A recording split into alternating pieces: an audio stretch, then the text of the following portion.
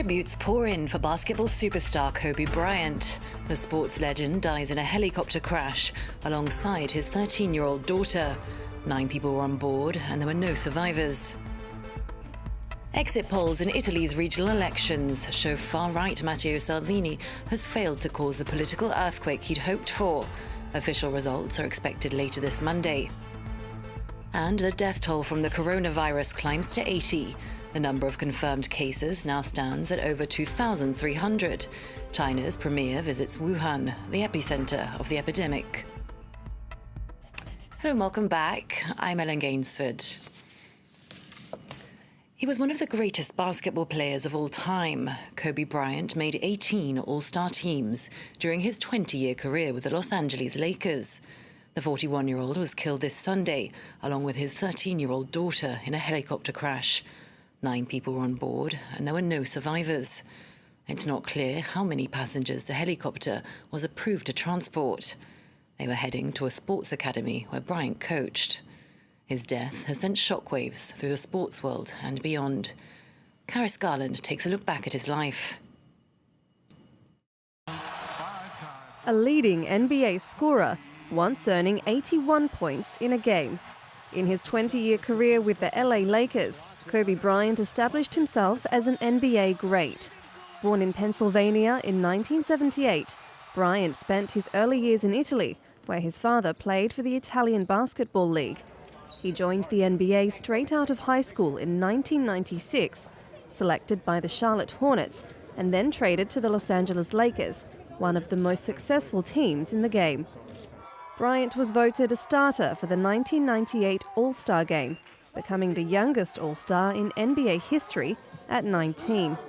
The shooting guard was named MVP 4 times and won 5 NBA championships.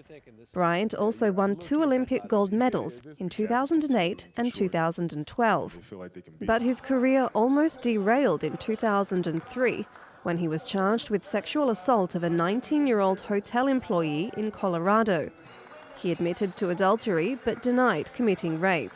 The case was dismissed in 2004 after the accuser refused to testify in trial. After 20 seasons with the Lakers, Bryant bowed out of the NBA in 2016, scoring 60 points in his final game. To be honest with you, I don't miss playing in the NBA, and I don't miss the career. It was 20 great years. I was very fortunate to play that long. But now, I watch it through my daughter. My daughter plays every day, so I enjoy watching her develop, but that's about it. Following retirement, the NBA star moved into media and in 2018 won an Oscar for his animated short film, Dear Basketball. Bryant had 4 children with his wife, Vanessa. Well, tributes have been pouring in for the former NBA legend from the world of sport, but also prominent figures in politics and entertainment, including several US presidents, while many basketball fans headed to the Staples Center in Los Angeles, where he was a star of the court, playing for the LA Lakers. Olivia Salazar-Winspear has a story.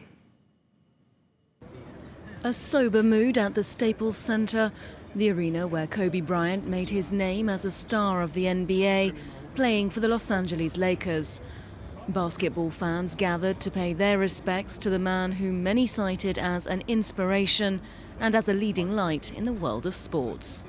Losing Kobe is really, really close to losing a family member because he was LA legend. Like, he made you believe things that were impossible would be possible, that they could be done. It's a tragic moment, and we just came here to pay respects for all the Laker community and the Laker people to come show Kobe some support for what happened. Reactions to the sportsman's death came flooding in on social media, with President Trump describing it as terrible news and Barack Obama extending his condolences to his family.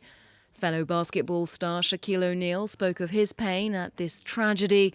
Former NBA player Tony Parker called him a true legend, with further tributes from American football player Tom Brady and athlete Usain Bolt. From the world of entertainment, there was also widespread shock, with singer John Legend and pop star Cher expressing their sadness at the news. Please join us in a moment of silence for Kobe Bryant. Rest in peace, Mamba. Players and fans observed a minute's silence at the first NBA fixture to take place shortly after his fatal crash, a game between the Denver Nuggets and the Houston Rockets. To other world news now. Italy's former Interior Minister Matteo Salvini has a lot riding on the country's local elections.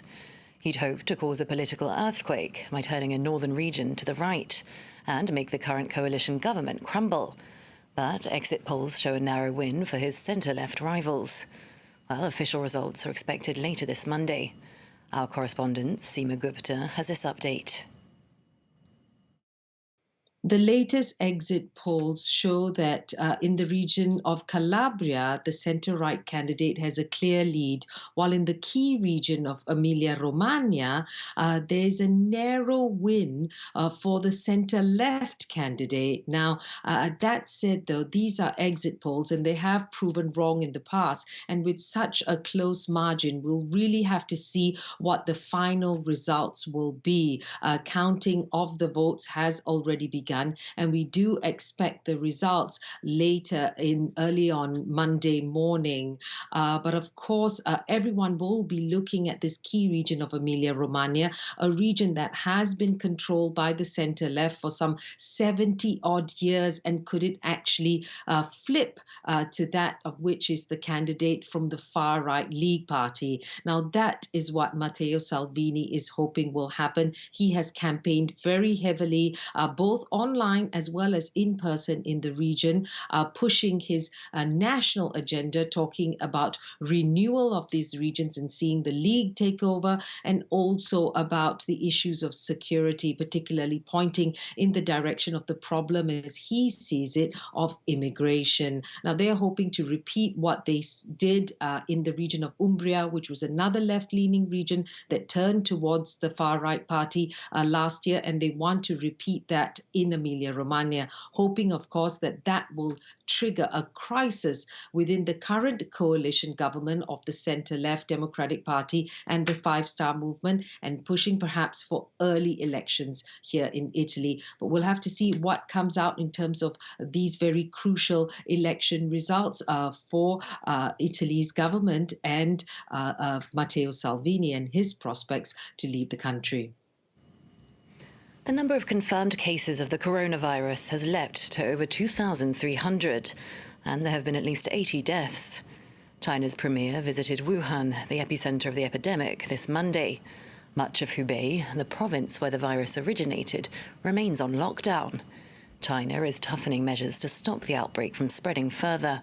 Selling wild animals is now banned. Illegal trading is believed to be the reason the epidemic started in the first place. And the Lunar New Year holiday break has been extended to avoid an increase in travel as people return home. Caris Garland brings us the latest. Taking no chances. Authorities are ramping up measures to control the spread of the novel coronavirus, as more infections have been announced in China and around the world. The US is now treating 5 confirmed cases, including the first in Los Angeles. The person who is a traveler from Wuhan, China, and is a non-resident, transited through LAX and is currently receiving medical care at a local hospital equipped to treat infectious diseases. The American consulate in Wuhan, the center of the outbreak, announced it would evacuate staff and other Americans. Meanwhile, France has joined the handful of countries planning on repatriating its nationals in the city.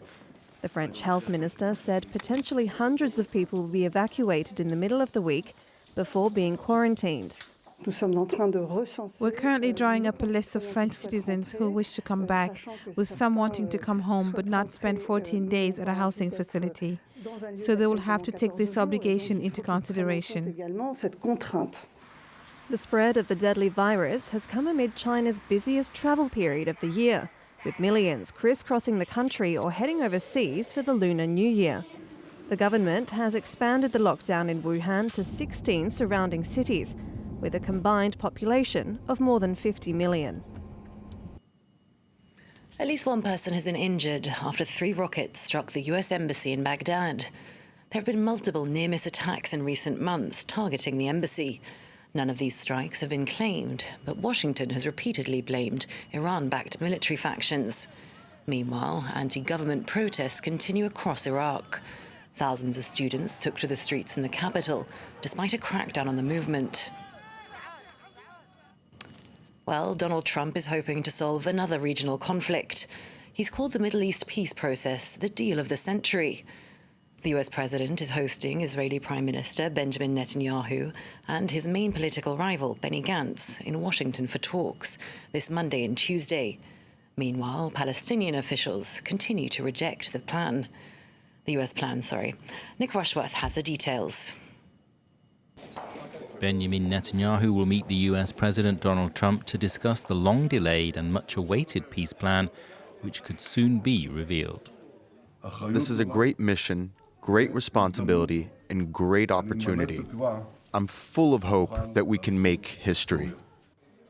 Netanyahu is invited along with Israeli opposition leader Benny Gantz. Trump will hold back-to-back meetings with them on Monday.